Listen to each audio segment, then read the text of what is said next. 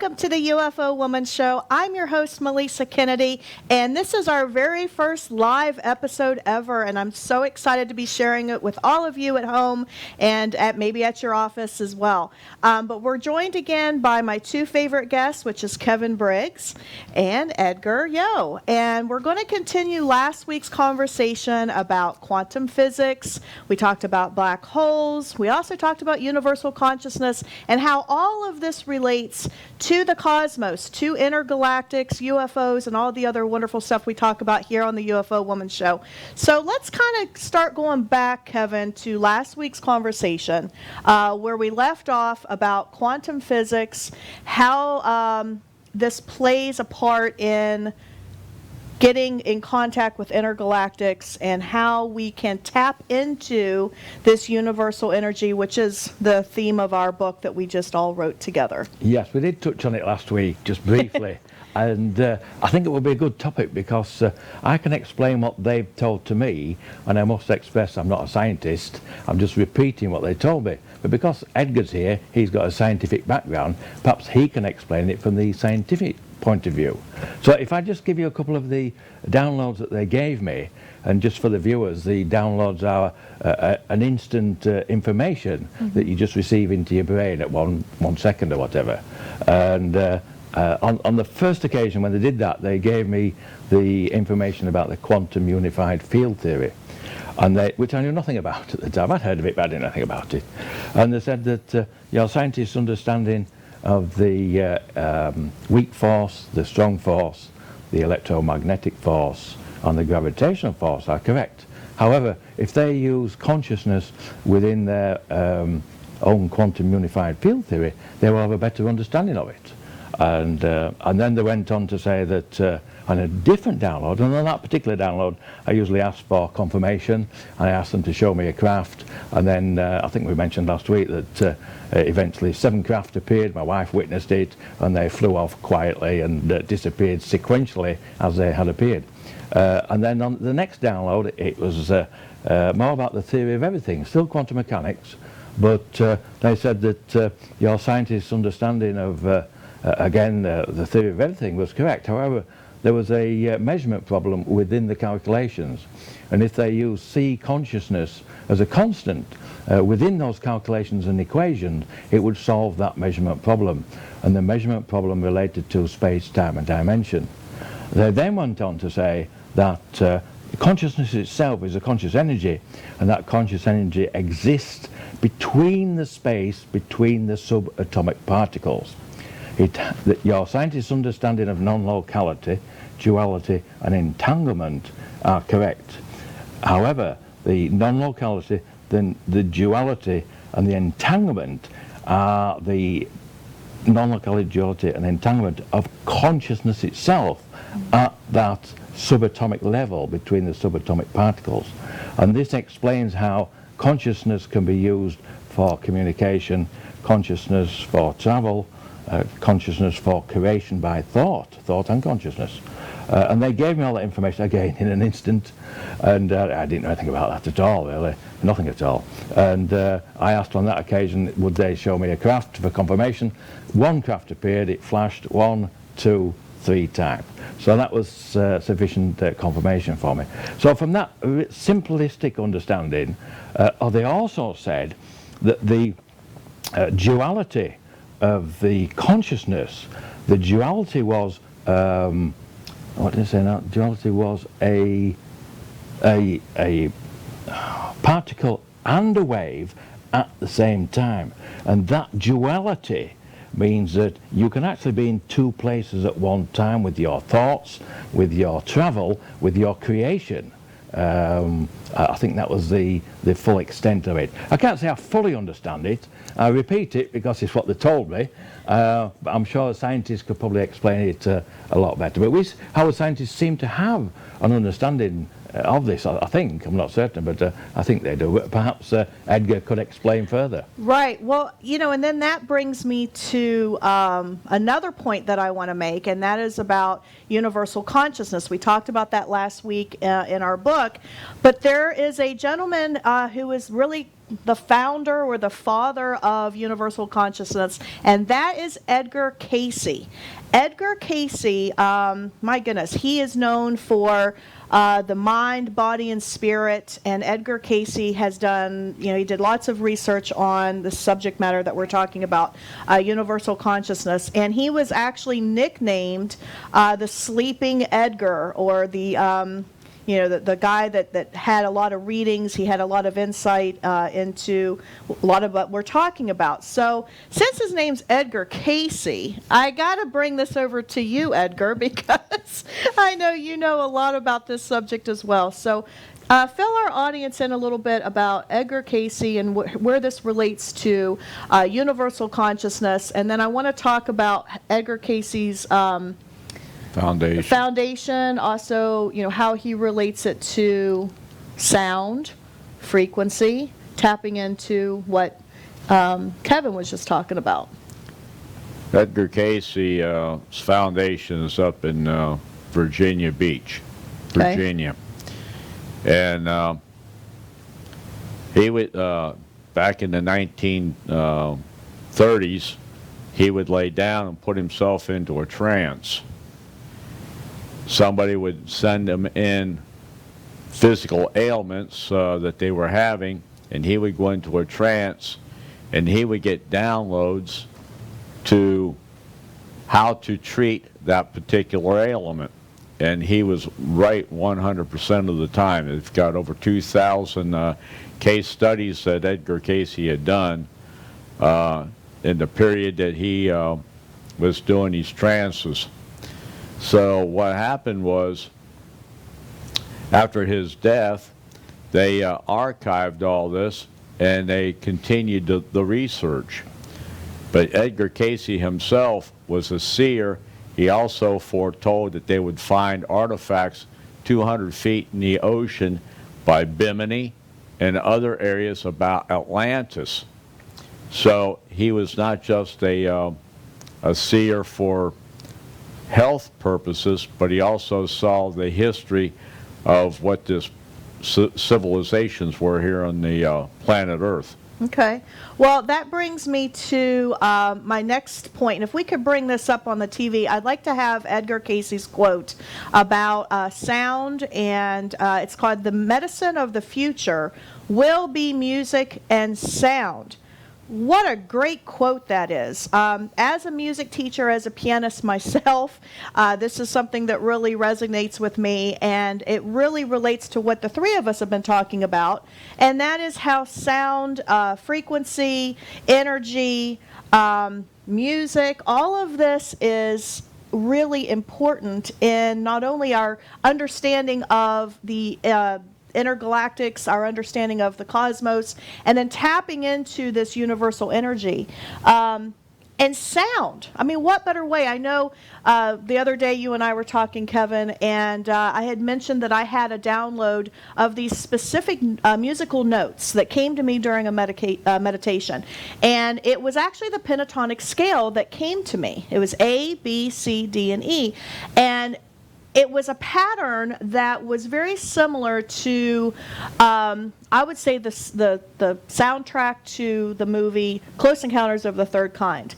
It was very similar to those musical sounds, but it was in a different pattern. So I started to play that on the piano. And lo and behold, you tell me that you and your wife, Sandy, had very similar sound download on the same day. It wasn't actually me, it was my wife. It was more your wife, okay. But my wife is now being contacted more and more. I think on one of our previous programs you showed the photograph of the rainbow. Yes. When I was speaking to the pilot, Tia, right. I was in the house actually communicating with him, and he just deviated from his flight path to come and see where I lived. And we're having a conversation, and then he said, I'll have to go because I'm off my flight path. It was a small craft, dish shape, with 4 or 5 grays in it. Nothing unusual for me for communicating with that, using again conscious energy, Right. Telepathic communication, which is just energy anyway. And then, but then when I went out into the pool area with my wife, she was drinking a cup of tea. I took a cup of coffee with me. I sat down and she said, "Oh, a rainbow appeared this morning." I said, "Oh, did you get photographed?" She says, "Yes." I took my iPad out. But then she said, "You won't believe what happened next." I said, "No, what happened next?" She said, "Oh, a craft appeared under the rainbow." And I said, "Did you get a photograph?" She said, "Yes, I did." And so I had a look at the photograph. Then I looked at the time on the photograph, and it was 8:30. That was the time when I was speaking to Tia.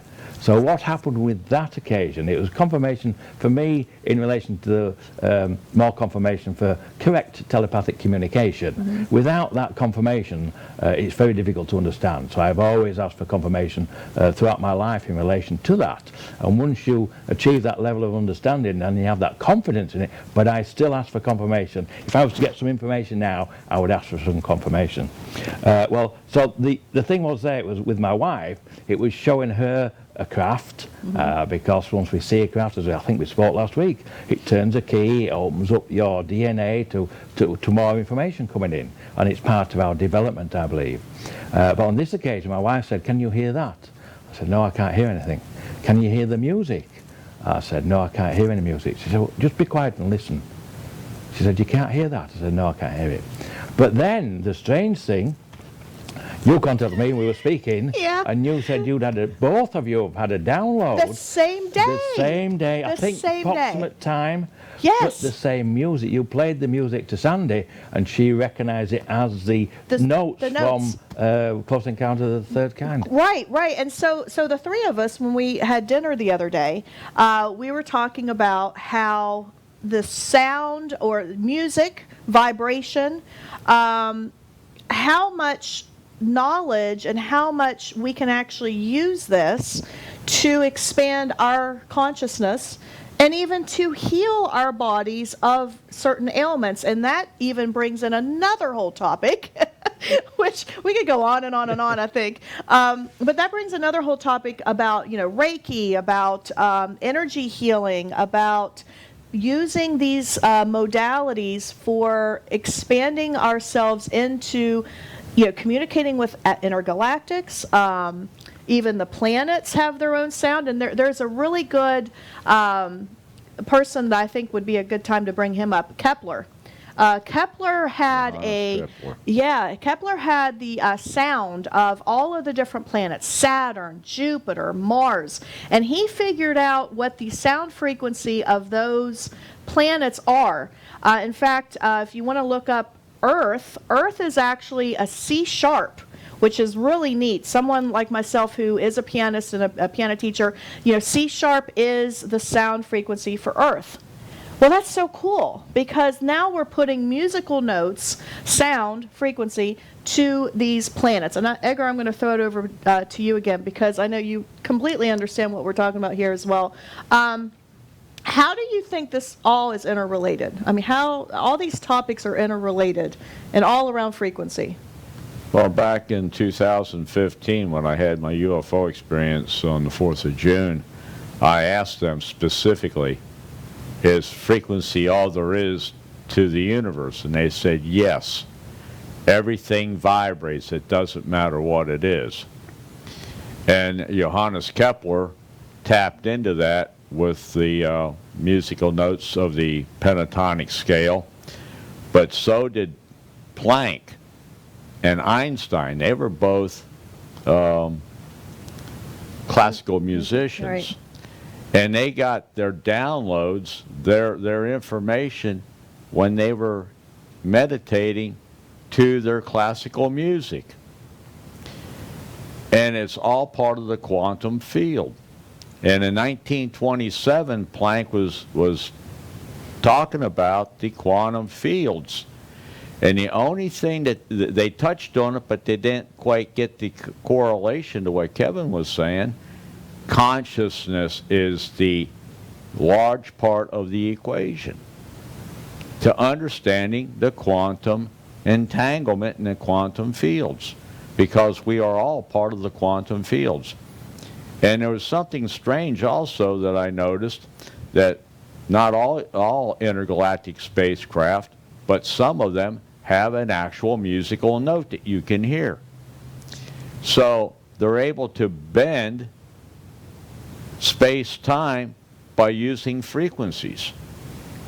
And not only does it propel them across vast expanses of space, but they also are able to nullify what we call time-space. Wow. Well, I think the three of us could have a nice little chit-chat about that. I mean, it just brings it full circle for the three of us. Well, it does really. Obviously, you with the music, which is a frequency, Edgar with his scientific knowledge, Right. and me with my communication using consciousness, which is a frequency. Exactly. I mean, and they did give me in another download I think I mentioned this last week actually, an equation for calculating the different dimensions, and going along with what Edgar said, the dimensions are just a vibrational frequency, and the only difference between them is the level of them. Well, they're giving me an equation, and I was trying to find somebody to decipher that, and I spoke to another experiencer. She saw me talk about it and contacted me. And she's had near-death experiences, and she's met with, I think, Einstein. And she got a lot of information from him. And I'm recalling it now, the Indian Ramajan, the very famous Indian mathematician, she communicated with both of those when she had a near-death experience. Oh, my and goodness. that's where she got her knowledge of mathematics. I gave her the equation, and she was able to decipher it. And Ray Hernandez has a book coming out in October this year, and they asked me to be a contributor, and I've included that equation and the other experiencer's name in there. She said it was okay for me to do that.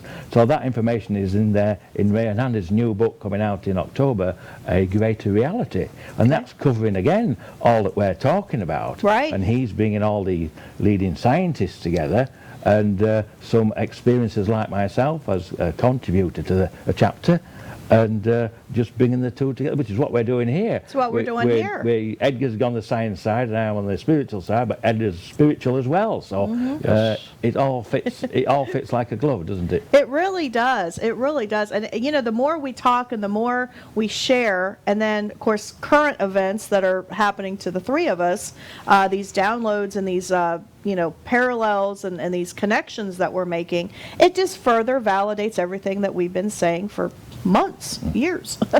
Oh my gosh. All right. So where do you guys want to go from here? Do we want to dive into dark matter? Do we dare do that? I mean, we talked about black holes last week. So I don't know. How do you feel about that, Edgar? You want to dive into the dark matter? Well, NASA just discovered with the Voyager 1 and Voyager 2 spacecraft, they're now out into interstellar space. They have left the heliosphere of the sun's magnetic fields. And what they found was something quite astonishing, that the dark matter is actually a dark plasma. Plasma. Plasma. Cool. That's like microphone drop, you know? And so it's their telemetry and stuff from these two spacecraft.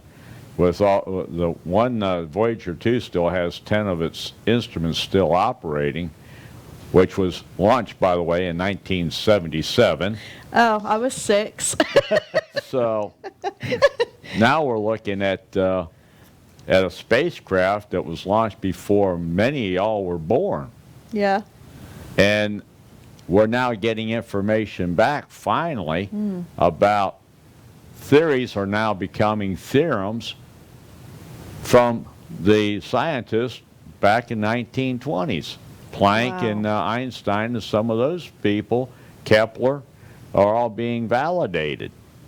Oh, I love that. And it, just the whole idea of having, Kepler with his theories on the planetary sounds and things like that. Edgar CAYCE with his quote that we showed earlier about being sound and music being healers. Oh my gosh. I mean, if we could just figure out, and I don't understand why we haven't figured this out yet, or maybe they have and they're just not sharing it with us. I'm not really sure. But I know the three of us are tapping into this knowledge.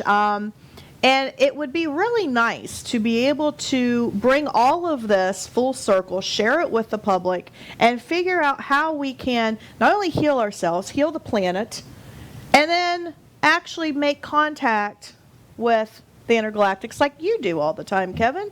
You're always telling us your stories and sharing. Well, it's just part of who I am. I know. I love it. We've touched briefly on healing. I have a higher conscious being. She doesn't have a physical, and she's a great healer. And she likes to be. Her name is Shiva, not to be mistaken with the Buddhist god Shiva. She spells her name differently, Sheeva. But interesting enough, although she doesn't have a physical, she oversees the Council of Eight. Oh, she oversees the Council of Eight. And let's bring our audience back just for a second in case they've missed a few episodes, which I hope you haven't. But the Council of Eight is a council of intergalactics, correct? That's correct, yes. Okay, and you have had active communications with them? From the age of 8. From the age of 8. So I just want to make that clear. When 2 of the Council of 8, Ort and D, materialized in my bathroom while I was having a bath. Okay. So I just wanted, in case somebody didn't know that. That was the beginning of my contact, and I've had contact with them all my life, and I'm now 66, and the contact continues to this day. So it's just a part of who I am, really. But Shiva's a great healer. And I know you mentioned we all have our own healing ability. We all have the ability. It's just we've never been taught what to do. Exactly. I'm able to pick up on vibrations in my hands. They're like antennas. And if, say, I've strained my knee, and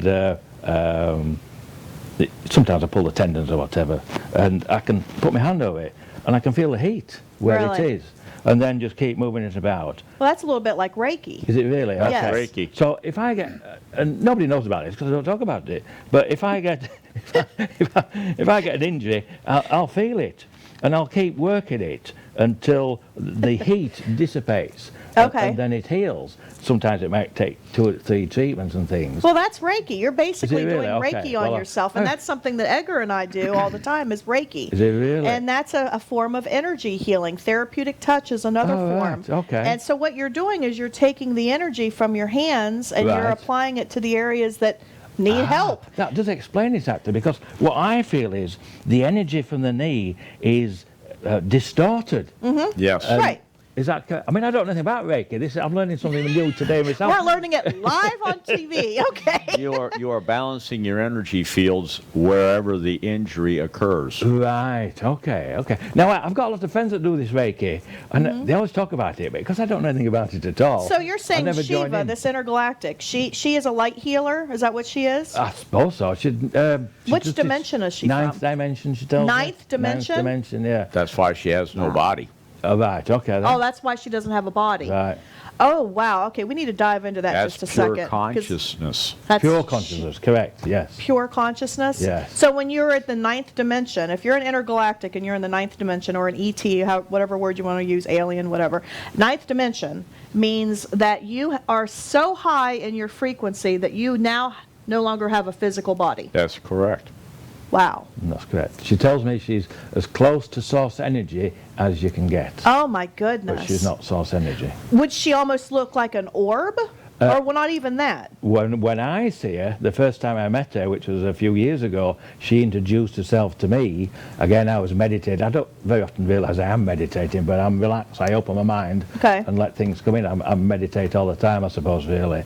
And I think I realized that the other day. I used to do that when I was a child, but it was just natural. It was just part of going inwards to see who you were, really, Yeah. I think. Well, And, maybe we all should do a little more well, of that. perhaps so. But she just shows, if I close my eyes now and say I have to speak to her and see her, what I'll see in the right-hand side will be conscious energy. It will come into my vision, and it will be fluid, and it'll move about, and then it'll be orangey yellow in colour. I was going to ask you if you have a color to Yeah, it. orangey yellow in colour. That denotes the energy, and then she'll speak telepathically to me, and I can speak back. And I can do that with all the Council of Eight. If very often they'll come and speak to me and they'll stand in a semicircle, and then one will move forward, and this fluid energy just moves about, they'll communicate with me, and then they'll go back, and then the next one will move forward, and the same again. But that's just pure conscious energy. We're both tapping into. I'm able to tap into it, and they're able to tap into it too. So I haven't actually seen her. I've seen the others because they've got physical. Because they're lower in the dimensional. But they're still able to raise their own vibrational frequency to that level where we can communicate using consciousness. So, quite well, you mentioned the colors, orange, yellow. Well, in Reiki, we're trained that gold and white light is the healing light. So it kind of makes sense that you're seeing yellow. Maybe it's even goldish color. Yeah, yellowy, goldish, orangeish. Yes. Okay. Isn't that interesting, Edgar? Because that's one of the things that we're taught in Reiki. It's interesting that the actual energy that I see is fluid. Right. It moves, Yeah. And it's just fascinating. But I know with Shiva, if I have an ailment, or say I get a pain somewhere, and I don't know what it is. I mean, I'm perfectly healthy, and I'm 66. Yeah. But I do get ailments from time to time. Knock on wood, right? Knock on wood. I do get ailments from time to time, but I try to heal them myself, and I generally do. But if I can't, then I'll ask Shiva for help, and she will help me. I know on one occasion I had 2 big growths on my elbow here, and one here, big black, about the size of a fingernail, each one, and this one. And they were like big... these melanomas we get, I think. Oh, okay, melanomas, I did some research on them. They just look like these melanoma things. I didn't bother with them. But then, on one occasion, they started to move in relation to their consistency. So I thought, I really need to get rid of these. I don't know what they are. I thought I may have to go to the doctor. So I tried my own healing, put my hand over there and feeling the energy, and I could feel there was something wrong. It was there. It was probably low in energy. And then here on this wrist here like that. And I did that for 3 or 4 days, and I had no success whatsoever. So I went to bed that evening, and I said to Shiva, Shiva, look, I've got these 2 growths here. I've got that one, and this one here on my wrist. Can you heal them for me? Because if you don't heal them tonight, I'm going to have to go to the doctors and have them removed surgically because they're now changing in their consistency, and I think they need to be looked at. So I went to bed. I woke up in the morning and they'd gone. They're gone? Totally gone. On the wrist, there were no marks here at all, just totally disappeared. Wow. The one here had a very small red mark on the outskirts of it. Okay. And that disappeared in the day. Oh my goodness. And then there's no scar, there's nothing. No, you don't have any scars or anything. I should have taken photographs of them before. Yes, you should have. But next time. Take some photographs so we have some evidence. I wasn't wanting to evidence it. It's just me looking after my body, asking help from the higher conscious beings. Well, that doesn't surprise me at all, does it you, Edgar? Because we know firsthand how Reiki and energy healing really does work. It really does. It's just like doing a glass walk and a fire walk barefooted. And you know a thing or two about that, I think. You have to raise your vibrational levels to match the energies that what you're walking across. And once you get your mind prepared, you can walk a 25 or 50-foot path of hot red coals and not have any blisters and burns on your feet. Just like walking across 50 pounds of broken up beer bottles and wine bottles and whatever else, glass, and not have any cuts on your feet. Do you walk very cautiously? Yes. You do concentrate. But as long as everybody in the group has the same level of energy raised up, anything can be made possible. And that's kind of going back to what we discussed last week, and that was we raise our energy, we raise our vibrational levels, and we can walk through walls. That's correct. Just like the intergalactics and the interdimensionals do. That's exactly right. Mind over matter. I've tried that. I keep bumping into the wall. I actually tried it once. I kind of did the same thing. I'm like, oh, okay, this isn't working. I'm not able to walk through walls or anything else. In a full trance, you'd be able to. In a full trance, you think you could be able to do that? That will be. So, I mean, Edgar, you're speaking from experience. I know that you have actually walked on glass, correct? Yes, ma'am. And you didn't cut yourself. No cuts. I also did Wow. the fire walk, and no blisters and no burns. A fire walk. A Now, fire walk. tell our audience a little bit what that's like. How long of a distance are you talking? And We had roughly about 25 feet of wood coals. We started the wood and got it burning. And the one thing you want to make sure is that it's clean wood with no nails, because I would think that would be an important factor. the nails would be quite hazardous, and yes, you can get burnt from the nails. But the wood coals themselves will not burn you if you are in the proper mental attitude. Everything's mental attitude. So did you have to meditate before you did that? We went through meditation. We went through basically a conditioning process in order to get us to that mental attitude to make the walk. And I Wow. did it twice. You've done it twice. On the glass walk, I did it 3 times, and the third time I took my own pictures of me walking across the broken glass. Wow.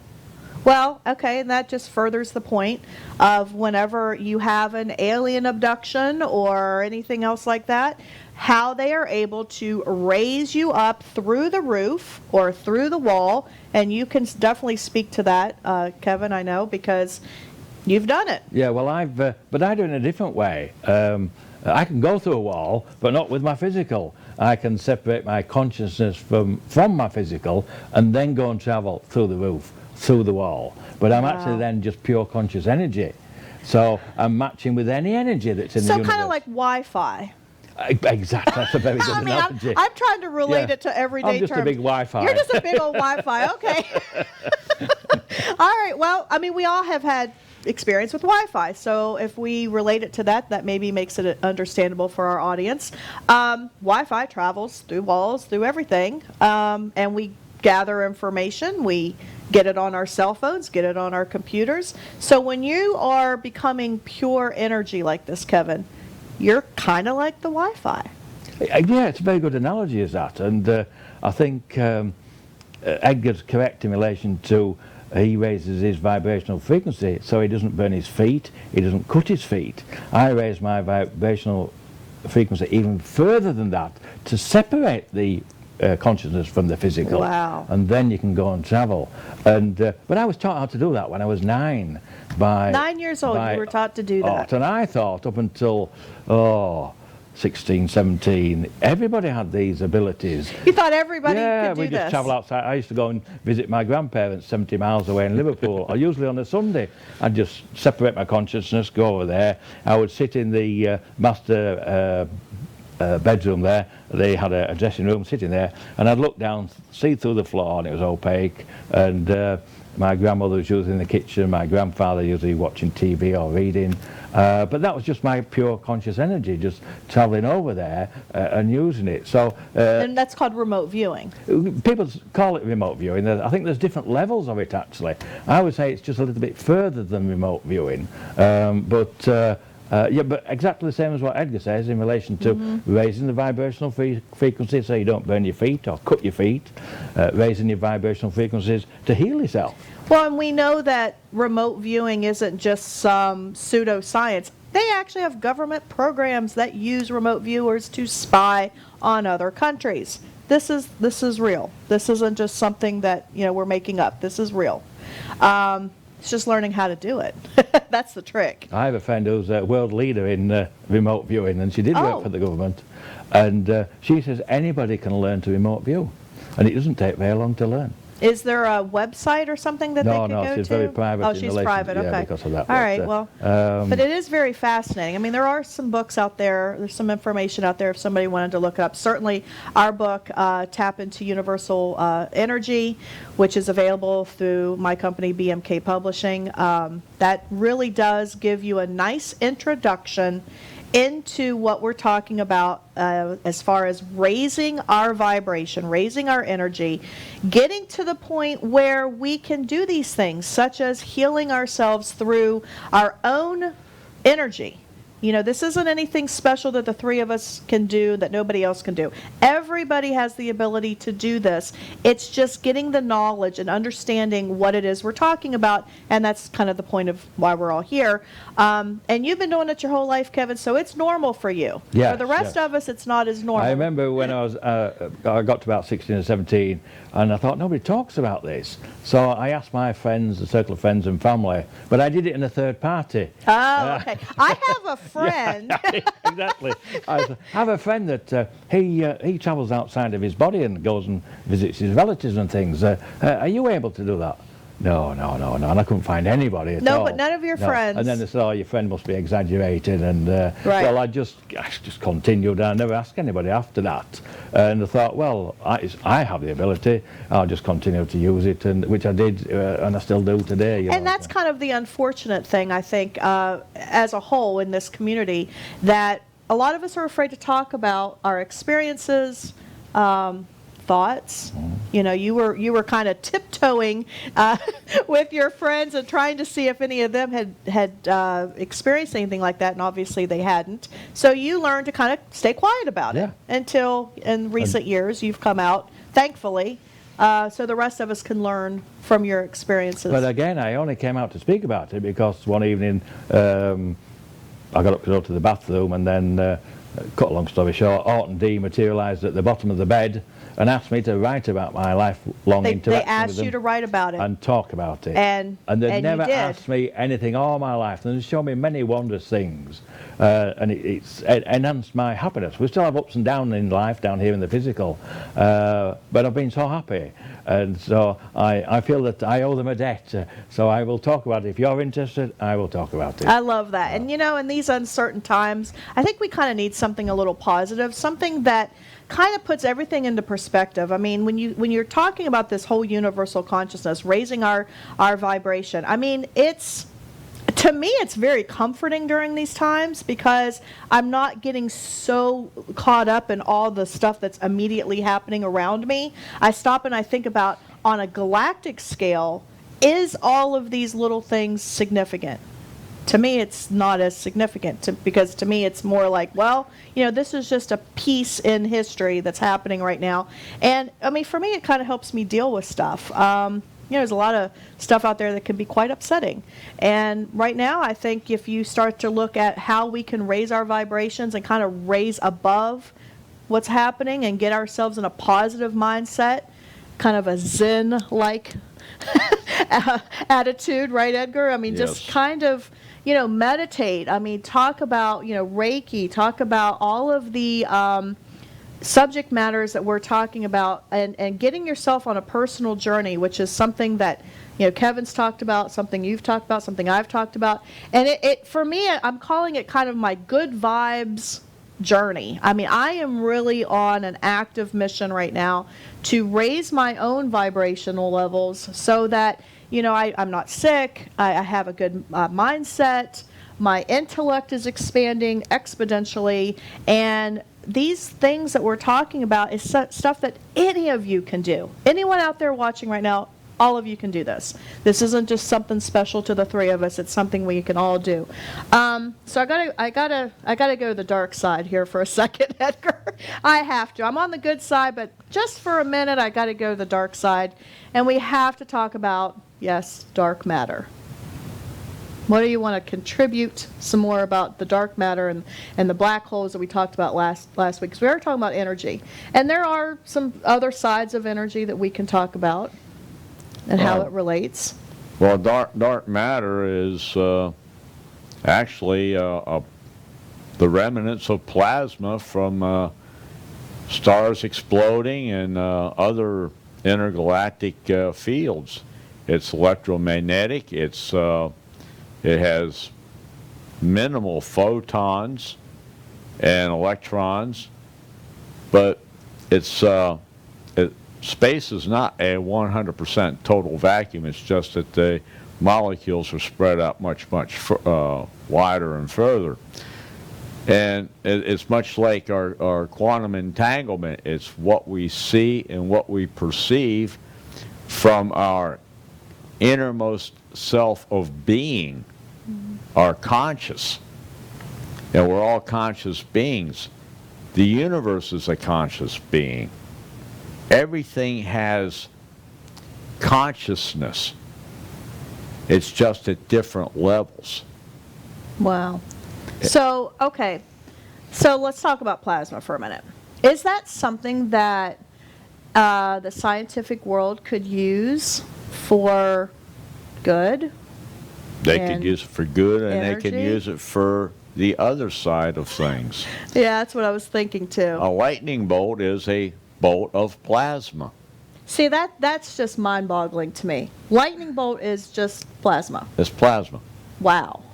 If anybody's ever been around manufacturing and has seen a plasma cutter or a plasma burner, you are igniting, when you ignite the plasma stream into this like steel material, you are actually looking at the temperature of the sun.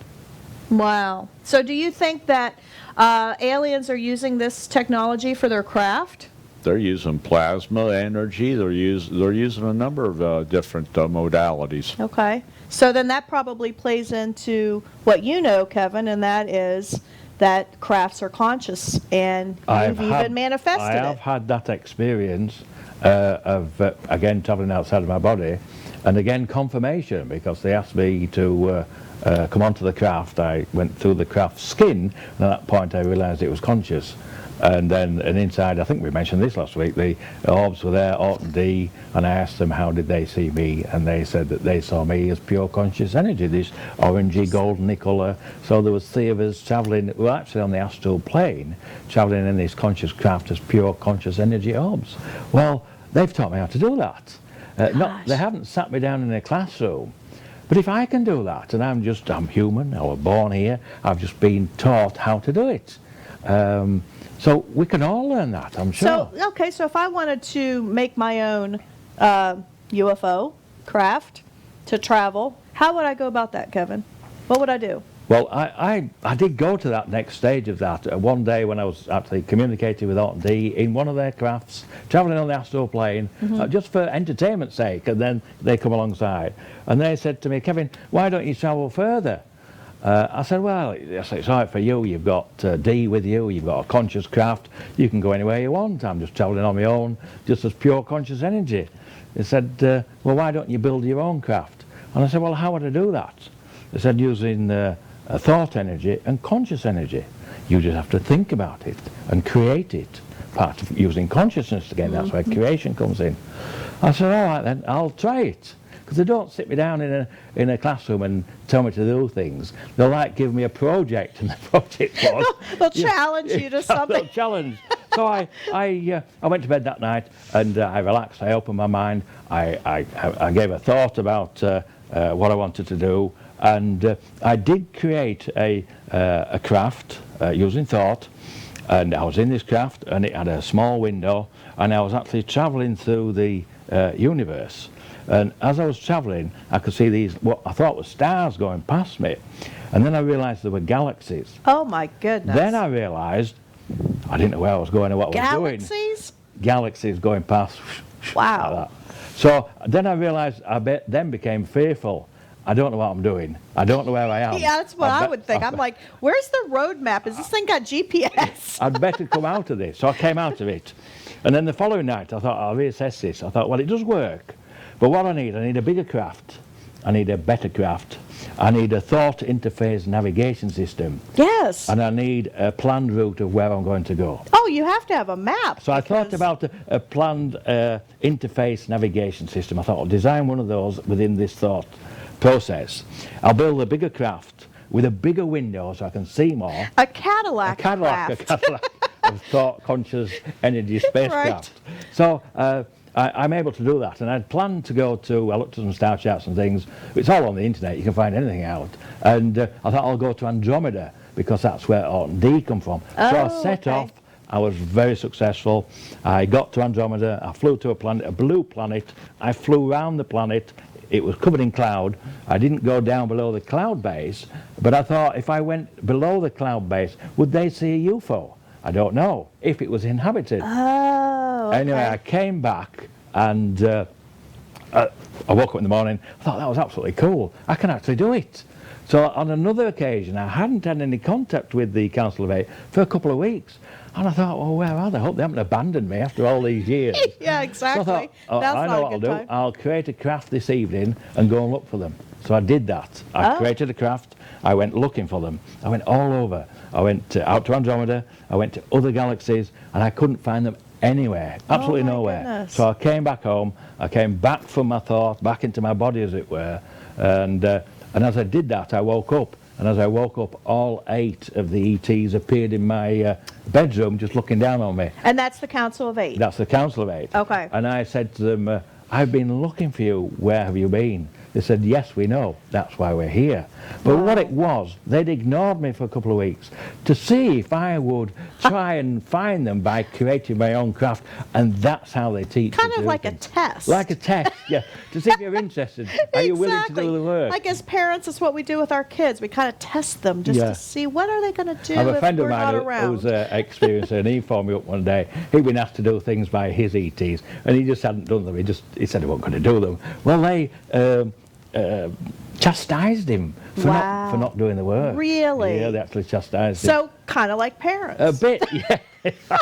I know. Right? I know it's way out there, but you know. It's Well, I just- mean, it is and it isn't. Yeah. You know, we have to get out of the mindset that we're the only beings in the universe. Exactly, yeah. That just needs to be crumbled up, Yeah, boop, thrown yeah. away. We're really talking about our extended intergalactic family, Yes, yes. and we all have them. And us. This is who we are. This is who we are. Yeah.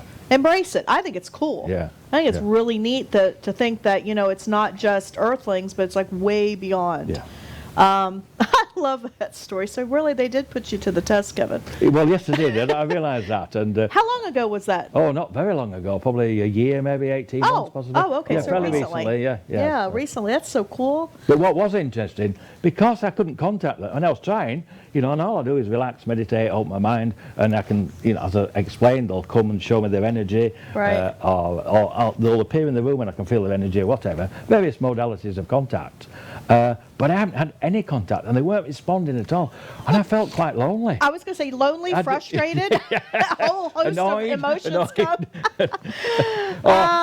You know, so, but, so yeah, we got a good positive end result at the end of it, but yeah, just fascinating, really. So. It really is. It really is, and it kind of, well, I mean, it kind of blows your mind a little bit because we aren't used to thinking like this.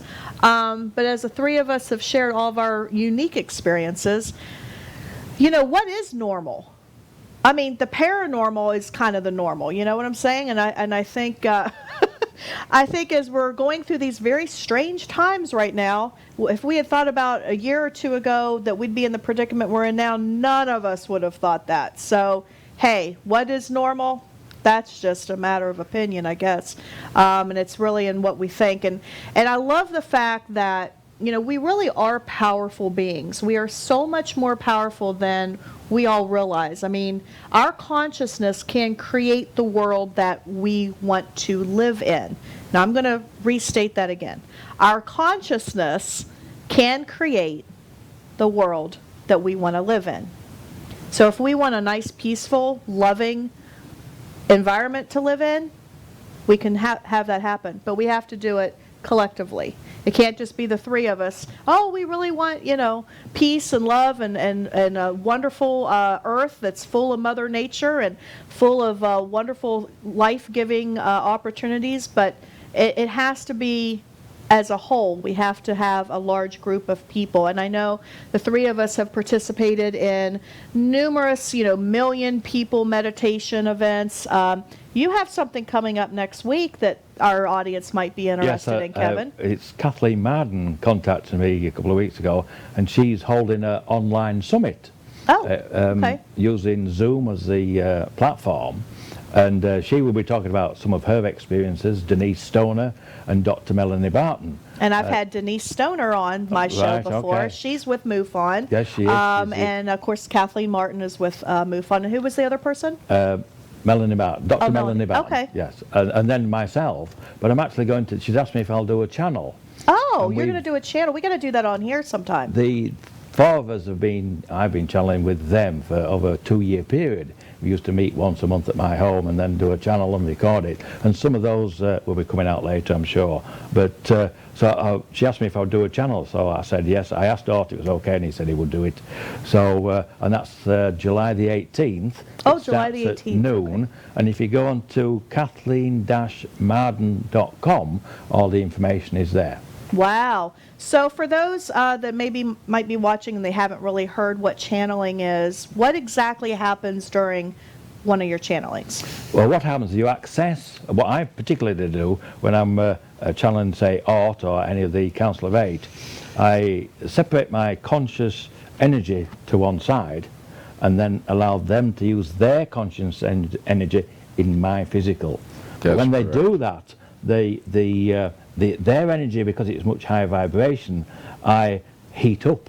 I get hot. Oh, you get hot. And we measured the temperature immediately around me, the air temperature, and it rose by as much as 10 degrees. Really? And Yeah. this is something that's been measured We before? measured it on one of the Oh, that is channelings. fascinating. Yes, I think Denise brought a laser thermometer, and we recorded the temperature because I get very wet, and So if someone were to put their hand on your forehead or on your arm, they would feel the temperature. well, you would feel cold. Well, I don't think of it's them. me. I think it's the air around The me. Possibly. air, I'm not certain okay. on that. We didn't actually check on that, whether it was actually me, but it might just be a little hot bubble, I mean, but certainly the heat is there. That's interesting. But that's the conscious energy, because consciousness is energy, and Right. energy is So your heat. energy just went up. Yeah, yeah. So then he speaks through me, and then we ask questions, and we're going to do that on July the 18th. So. Does your voice change at all? Yes, totally Oh. different, yeah.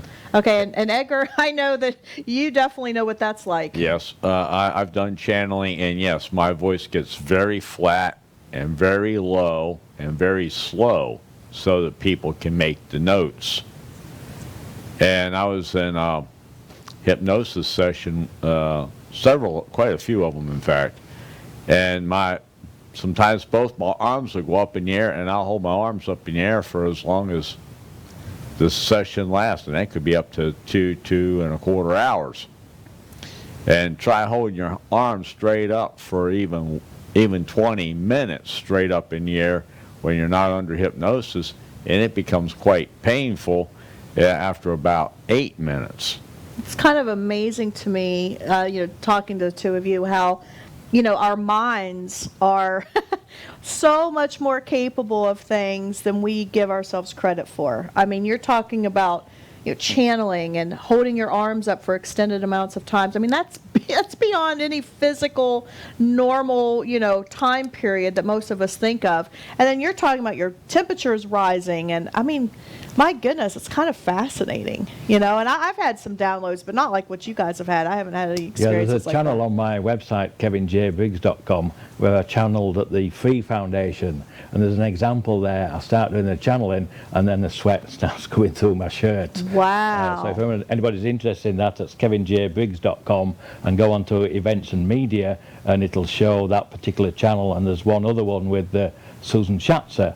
And so if And people we'll are, have our show on there too. yes, Yeah. yes, Melisa's show is on there. So if anybody's interested, go there and watch them on events and media on my website. Yeah, and you have so many events that you do throughout the year. I mean, I know you're a participant in several of these Zoom meetings, and of course you mentioned Kathy Martin's online summit next week, stuff with us and UFO Woman and BMK Publishing. And Edgar, I know that you've been talking about writing another book.